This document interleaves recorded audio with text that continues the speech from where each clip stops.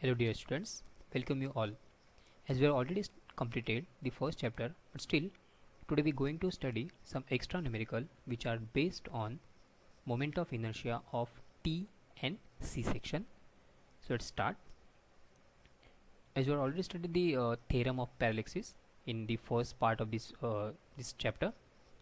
So the moment of inertia of plane section about any axis is equals to nothing but the moment of inertia of plane section about its own axis, that means the center, and plus the product of area and the square of perpendicular distance between the two axes. That means the formula of the moment of inertia that parallaxis will be I moment of inertia, that is Ixx or Iyy will be Ig, that is moment of inertia which is about its own axis, you can say the center of gravity, plus the product of its area and the square of perpendicular distance between the two axes. So we take this first numerical which is of T section, and we have to calculate the moment of inertia about the x axis, means this horizontal plane which I have colored with the green line. Now this T section is divided in two parts, that is upper part which having the 200 into 20 and the lower part that is having the same dimension, that is 200 into 20. So the center of gravity of first part is denoted by G1, center of gravity of second part is denoted by G2, and the G is nothing but the mean value of the center of gravity. Now Y1 is nothing but the distance of G1 from the base, G2 is the distance of G2 from the base, Y dash is the distance of the mean G from the base, whereas H1 is the distance between the G1 and G, and H2 is the distance between the G and G2. I repeat, H1 is the distance between G1 and G, and H2 is the distance between G and G2. So basically we will start with the Ig1 and Ig2, that is Ig1 is nothing but the BD cube by 12.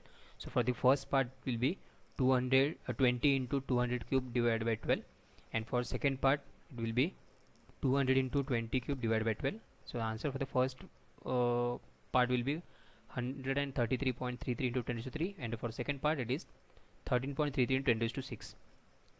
Whereas Y1, that means the distance of G1 from the base will be the 200, this 200, and half of this distance, that is 200 plus 20 divided by 2, that is 210, and Y2 is the half of this second part, that is 200 divided by 2. A1 is the area of first part, that is 220, and for A2 20 into 200, the answer will be for both the answer of this section will be 4000 m square.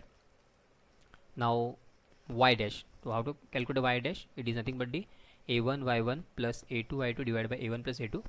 So as we have calculated A1 A2 and Y1 Y2, substitute this value, we get this equation, and the final answer for the Y dash will be 155 mm from the base, that is this distance Y dash. Now we have to calculate H1 and H2. This is distance between the two this value, that is G1 and G1 and G, and for H2 G2 and G. So Y dash minus Y1 will be H1, as it is absolute value, the answer should be in positive. Similarly H2 Y dash minus Y2, so it is again 55 mm. Finally the total moment of inertia will be the moment of inertia for the first part and the moment of inertia for the second part. So Ixx1 plus Ixx2, for the first part it will be Ig1 plus A1 plus into H1 square plus Ig2 plus A1 into H2 square. As we have already calculated all these value, just substitute this value, and by calculating all we get the final answer. Ixx is equals to 37.66 into 10 raised to 6 mm raised to 4. Now we move on next topic, that is moment of inertia of y-axis. Now as we have already studied the in earlier sum we study about the x-axis. Now we study about the y-axis, that means a vertical plane, as we are colored by the orange. Now the C section is divided in three parts. I have colored here first part, second part, third part. It's two horizontal parts, and the vertical parts, we'll calculate first Ig1, Ig2 and Ig3. First part and the second part are identical, so the value of the first and second part will be same, and the third part, that is this vertical part, having 180 into 10 raised to 3 divided by 12, it will be 15 to 10 raised to 3. Now area 1 and area 2, the first part and the second part identical, so area 1 is equals to area 2, which is 50 into 10, that is 500 mm square, and area 3, that means vertical part, it will be 10 into 180, it will be 1800 mm square. Now x1 means what?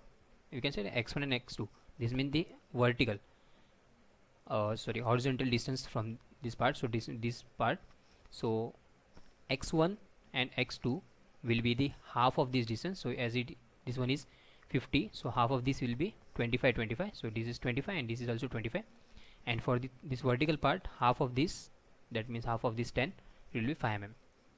Now next is x dash. For x axis we have to calculate y dash, for y axis we will calculate x dash. Now x dash equals to a1 x1 plus a2 x2 plus a3 x3 divided by a1 plus a2 plus a3. As we have calculated all this value, just substitute value, we get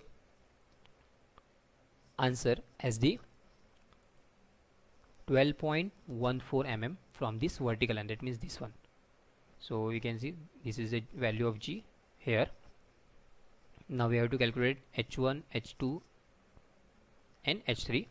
We can calculate H1 and H2 are same, as they are at the same distance, so H1 is equals to H2, which is nothing but the x dash minus x1. We can put the x2 also, it will get same answer. So 12.86 for H1 and H2, and for H3 it will be x dash minus x3, so 12.14 minus 5, as it is absolute value, the answer will be positive 7.14 mm. And the final answer for the moment of inertia for this section for about the y axis will be I y by 1 plus I y by 2 plus I y by 3, that means moment of inertia of 3 parts. So Ig1 plus A1 into H1 square, Ig2 plus A2 into H2 square plus Ig3 plus A3 into H3 square. Just substitute all these value which we have calculated, and the final answer will be 480.475 into 10 raised to 3 mm raised to 4.